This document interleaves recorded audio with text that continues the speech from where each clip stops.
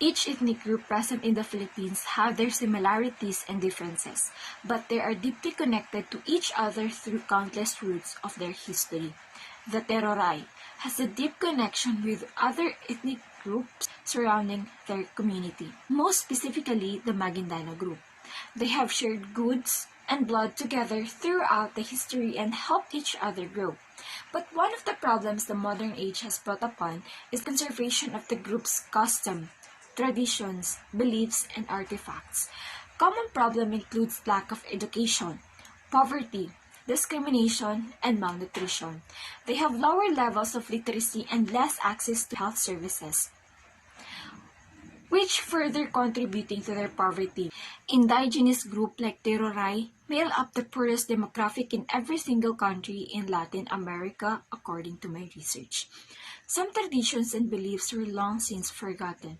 Custom change as people do, and artifacts destroyed because of lack of giving importance to these artifacts. Teroray are distinctive in terms of ethnic arts and crafts. Their basketry is among the most intricately woven in the country, often previously covered with characteristic design motifs. To name a few, their horsehair ornaments, earrings, pendants, neck pieces are clearly representative of material culture. Although some tribes with ethnic groups still strive up to this day to show off their long-lived traditions, to proudly present to everyone how preserved their lifestyles has become. They perform series of communal sacred meals called the kanduli, and rituals are called, respectively, number 1, the Maras or the Marking Festival, which is held on the night of the last full moon before the marking of the Sweden sites. Number 2, the Retus Kama or the festival of the first fruit of the corn.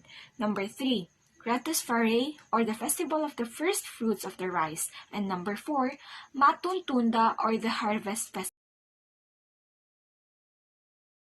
The Tedoray and Lambangian indigenous peoples in south-central Mindanao and some parts of Sultan Kudarat have encountered 3 major problems within their ancestral domain. Number 1, continuing land grabbing and harassment of Tedoray and Lambangian communities. With or without the COVID pandemic, the ancestral domain of the Tedoray and Lambangian is experiencing land grabbing and harassment. Number 2, the drought.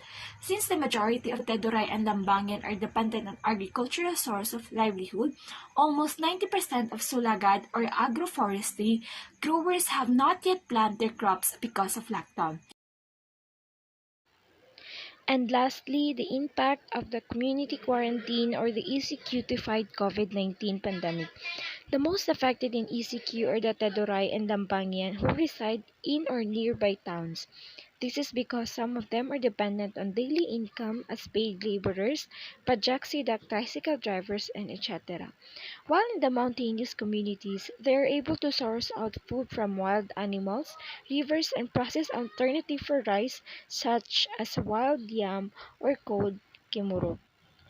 The Tedoray Lambangian Women's Organization, established in 2001, is a federation of 35 community-based women's organizations of indigenous peoples in the province of Maguindanao. They supports the women of the Tedoray, Lambangian, and Dolangan Manobo indigenous groups to promote and develop their indigenous cultures, including their rights to inclusion in decision-making processes, in community development projects, and justice and peace.